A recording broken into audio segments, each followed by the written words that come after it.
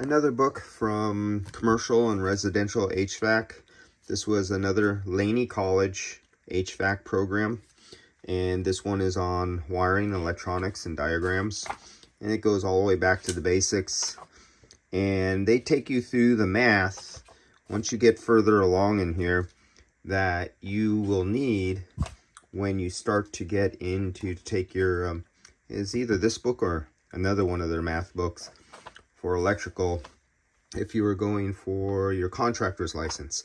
So Laney College also preps you to pass your college exam, or not your college exam, but your contractor's exam. So they also prep you for that. And they also have a electrical and electronics class, and they prep you for taking your electrical contractor's license too.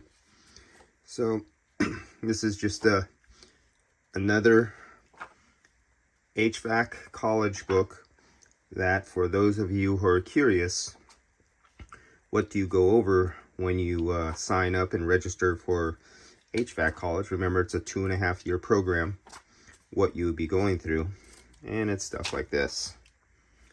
So just another introduction. Let you see what you'll be exposed to.